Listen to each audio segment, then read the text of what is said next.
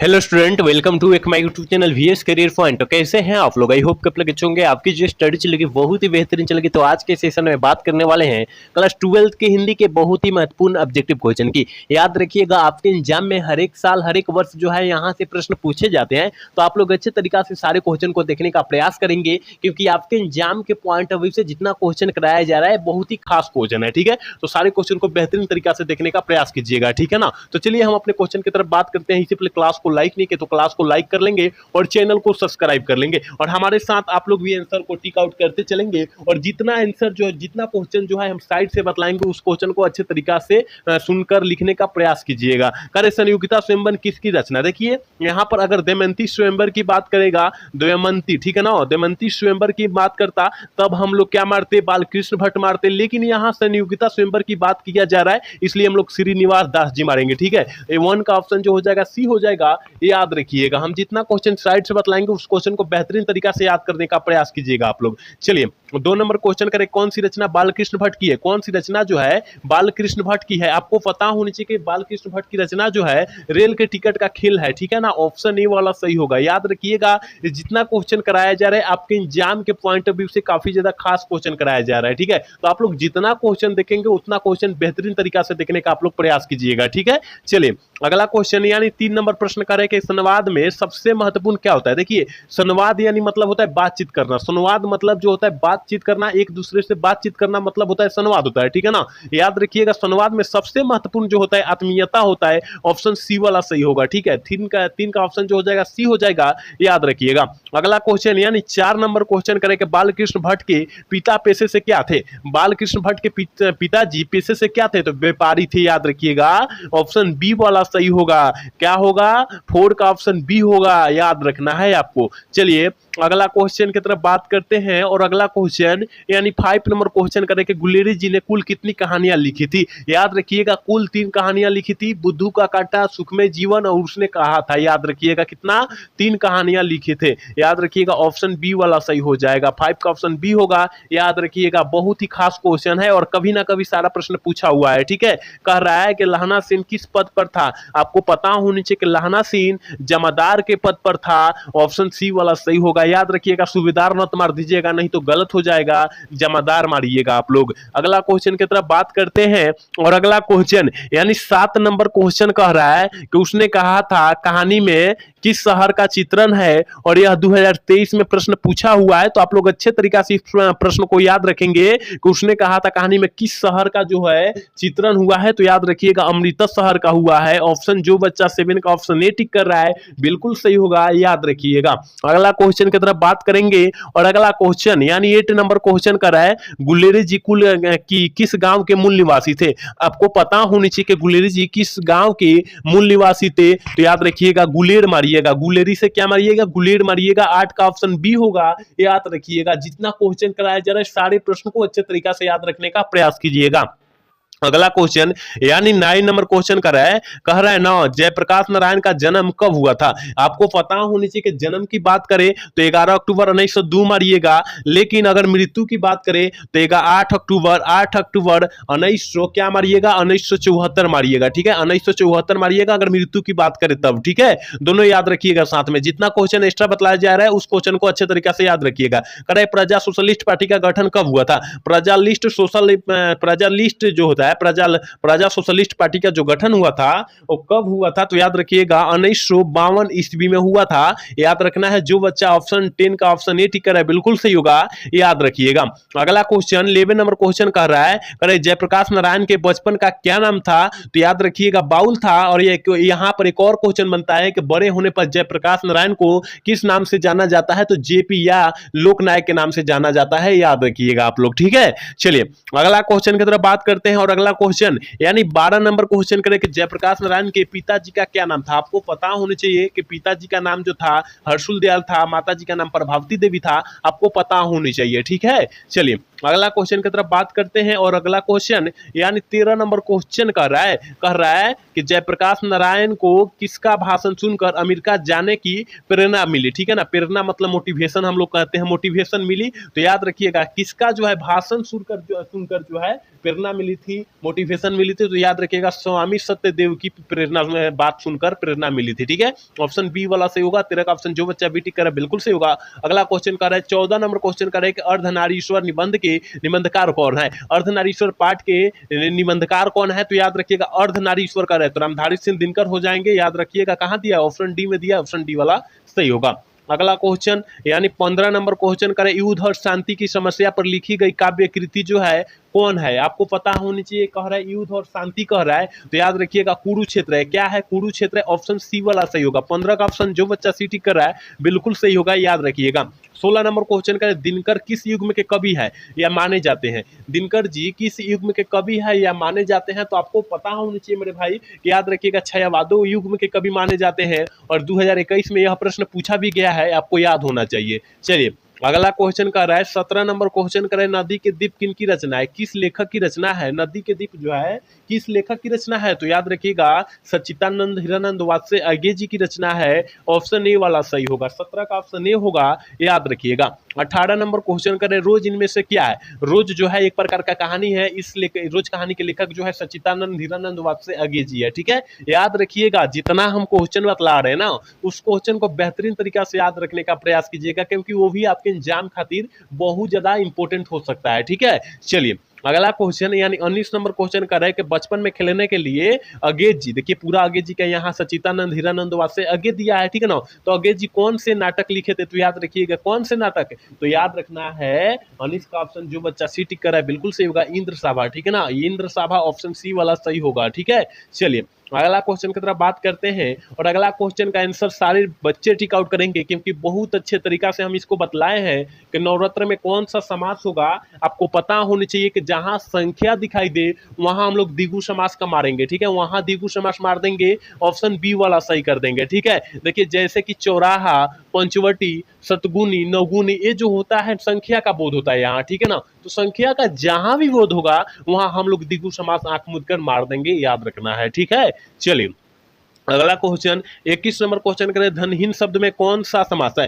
धन से हीन, क्या धन से हीन यानी धनहीन हम लोग जिसे बोलते हैं, धन से हीन धनहीन बोलते हैं। जहां कारक का चिन्ह दिखाई देगा वहां तत्पुरुष समास मारेंगे, ऑप्शन सी वाला सही करेंगे। 21 का ऑप्शन सी होगा, याद रखना है। अगला क्वेश्चन 22 नंबर क्वेश्चन करें देवता का प्रवाची शब्द जो होता है वो क्या होता है? आपको पता होना चाहिए मेरे भाई कि देवता का प्रवाची शब्द देव होगा, याद रखिएगा ऑप्शन ए में दिखाई दे रहा है, ऑप्शन ए वाला सही कर देंगे। अगला क्वेश्चन 23 नंबर क्वेश्चन करें अमृत का प्रवाची शब्द है, अमृत का प्रवाची शब्द जो होता है वो क्या होता है? तो याद रखिएगा अमिया होता है, अमिया होता है, ऑप्शन जो बच्चा बी टिक कर रहा है बिल्कुल सही होगा, याद रखिएगा। अगला क्वेश्चन की तरफ बात करते हैं और अगला क्वेश्चन यानी 24 नंबर क्वेश्चन करें कि सजन का विलोम शब्द क्या है? सजन का विलोम शब्द जो होता है वो क्या होता है? तो याद रखिएगा सजन का विलोम शब्द जो हो जाएगा ना दुर्जन हो जाएगा। क्या हो जाएगा? दुर्जन हो जाएगा। याद रखिएगा दुर्जन मतलब क्या होता है? मतलब लाचार जिसे हम लोग बोलते हैं, है ना, लाचार बोलते हैं जिसका मतलब कोई कमाने वाला नहीं, उसे लाचार बोलते हैं। ठीक है,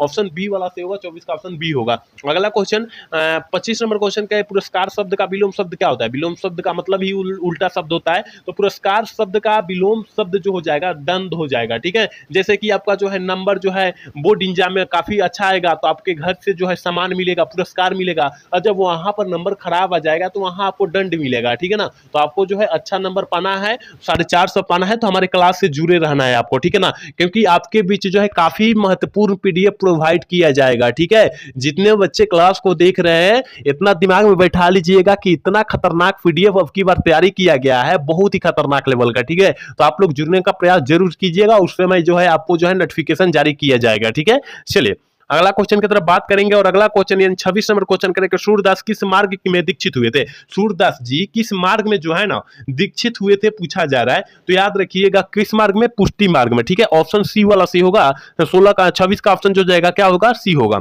चलिए 27 नंबर क्वेश्चन का है कि निम्नलिखित में से कौन सी रचना सूरदास की है? कौन सी रचना जो है सूरदास जी के द्वारा रचा गया है? तो साहित्य लहरी, याद रखिएगा। ठीक है, ऑप्शन क्या होगा?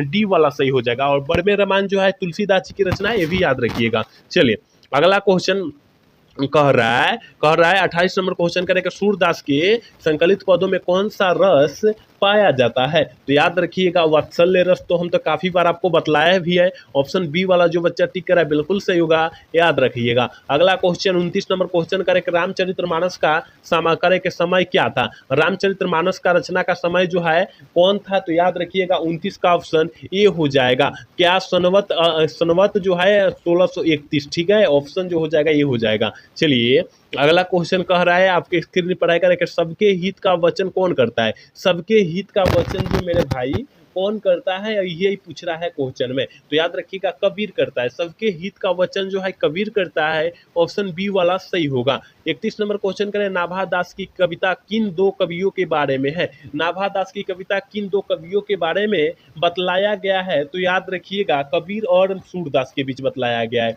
ऑप्शन बी वाला सही होगा। 31 का ऑप्शन जो बच्चा भी टिक रहा है बिल्कुल सही होगा, याद रखिएगा। 32 नंबर क्वेश्चन करें सुभद्रा कुमारी चौहान की रचना कौन है, कौन सी है, जल्दी से बतला दीजिए कि सुभद्रा कुमारी चौहान की जो कविता है वो कौन सी है। तो याद रखिएगा पुत्र वियोग जो है सुभद्रा कुमारी चौहान की है, याद रखिएगा। और अधिनायक जो है रघुवीर सहायक जी की रचना है, और यहाँ पर उषा जो है शमशेर बहादुर सिंह की रचना है, हार जीत जो है अशोक वाजपेयी जी की रचना है, ये भी साथ में याद रखिएगा आप लोग। चलिए अगला क्वेश्चन की तरफ बात करते हैं। और 33 नंबर क्वेश्चन करें कि शमशेर बहादुर सिंह की पत्नी का क्या नाम था। शमशेर बहादुर सिंह की पत्नी का जो नाम हुआ पूछा जा रहा है, क्या था, यही पूछा जा रहा है, ठीक है। तो 33 का ऑप्शन जो हो जाएगा बी हो जाएगा, याद रखिएगा धर्म देवी था, ऑप्शन बी वाला सही होगा। 33 का ऑप्शन बी होगा, याद रखिएगा। 34 नंबर क्वेश्चन करें सुभद्रा कुमारी चौहान और महादेवी वर्मा किस स्कूल में एक साथ पढ़ती थी, ठीक है ना। यानी कहने का मतलब है दोस्त, ठीक है ना, दोस्त मतलब एक ही स्कूल में परीक्षा दी, एक ही स्कूल में पास की, तो वहाँ दोस्त बोल सकते हैं। और किस मतलब कॉलेज स्कूल से जो है ना पढ़ती थी और परीक्षा पास की, तो याद रखिएगा 34 का ऑप्शन जो बच्चा ये टिक करे बिल्कुल सही होगा कि कास्टवेस्ट गर्ल्स स्कूल हैदराबाद इलाहाबाद, ठीक है, याद रखिएगा। 35 नंबर क्वेश्चन करें कि मुक्तिबोध किस शतक के कवि थे। मुक्तिबोध जी किस शतक के कवि माने जाते हैं, या है, तो याद रखिएगा तार शतक है, ठीक है, ऑप्शन ए वाला सही होगा। 35 का ऑप्शन ए वाला सही करेंगे, याद रखिएगा। 36 नंबर क्वेश्चन आपके स्क्रीन पर अगर अधिनायक के रचयिता कौन है। अधिनायक के जो है रचयिता जो है कौन है, तो रघुवीर सहायक जी है। कहाँ पर है, ऑप्शन बी में दिया है, ऑप्शन बी वाला सही करेंगे। 36 का ऑप्शन बी होगा, याद रखिएगा। 37 नंबर क्वेश्चन करें कि हार जीत कैसी रचना है। हार जीत कैसी कविता मानी जाती है, यही जो पूछा जा रहा है इस क्वेश्चन में, ठीक है। तो याद रखिएगा गद्य कविता मानी जाती है, हार जीत कविता रचना जो है गद्य कविता मानी जाती है। 37 का ऑप्शन बी होगा, याद रखिएगा। 38 नंबर क्वेश्चन करें कि संकर्ष का प्रकाश भूगोल शहर से कितनी दूर आने वाले थे, कितनी दूर आने वाले थे, तो याद रखिएगा 38 का ऑप्शन जो हो जाएगा ना ये हो जाएगा 10 कोस दूर, ठीक है, 38 का ऑप्शन ये होगा, याद रखिएगा।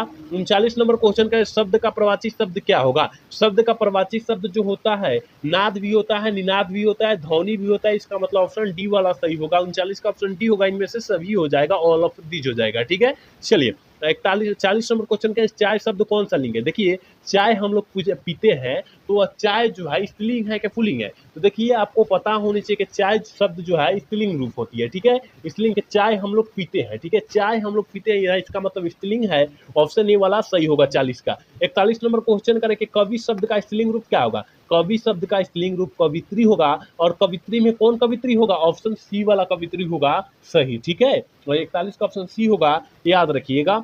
42 नंबर क्वेश्चन के नाटक के क्षेत्र में जयशंकर प्रसाद के बाद सबसे बड़ी प्रतिभा माने जाते हैं, वो कौन माने जाते हैं, ठीक है, तो याद रखिएगा वो जो माने जाएंगे मोहन राकेश जी माने जाएंगे। कौन, मोहन राकेश जी, ऑप्शन डी में दिया है, ऑप्शन डी वाला सही कर देंगे। अगला क्वेश्चन 43 नंबर क्वेश्चन के कविता के नए प्रतिमान के लेखक कौन है। कविता के नए प्रतिमान के लेखक जो है कौन है, तो शायद हम कुछ क्वेश्चन पहले हमने चर्चा किया कि कविता के नए प्रतिमान के लेखक जो है नामवर सिंह होंगे, याद रखिएगा ऑप्शन ए वाला सही हो जाएगा। और 30 पाठ के लेखक जो है उदय प्रकाश होंगे, और बालकृष्ण भट्ट जो होते हैं ये जो है बातचीत पाठ के लेखक है, और ओम प्रकाश वाल्मीकि जो है जूठन पाठ के लेखक है। आप लोग याद रखिएगा जितना साइड से क्वेश्चन बतलाया जा रहा है उस क्वेश्चन को बेहतरीन तरीका से याद रखने का प्रयास कीजिएगा। चलिए और 44 नंबर क्वेश्चन करें, ओम प्रकाश वाल्मीकि ने किस नाटकशाला की स्थापना की है? तो ओम प्रकाश वाल्मीकि ने किस नाटकशाला की स्थापना किए थे? तो याद रखिएगा 44 का ऑप्शन जो बच्चा ए टिक कर रहा है बिल्कुल सही होगा, मेघदूत। ठीक है ना, मेघदूत याद रखिएगा।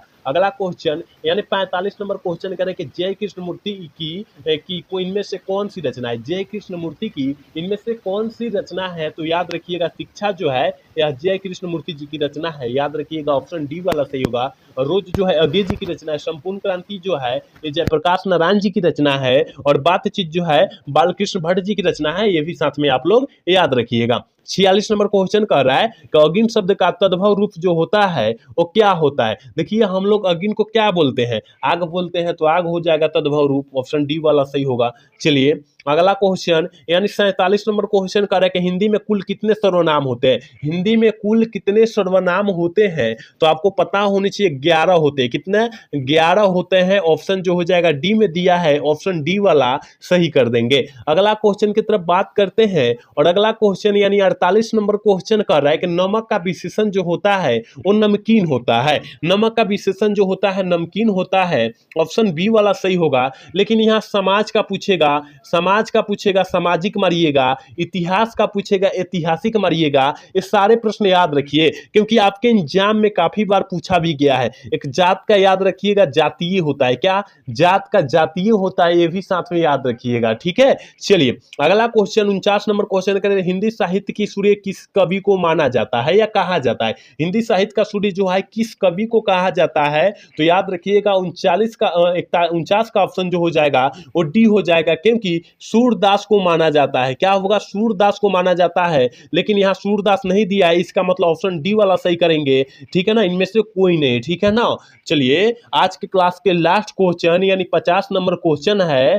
कह रहा है कि निम्नलिखित में से कौन सी रचना भगत सिंह की है?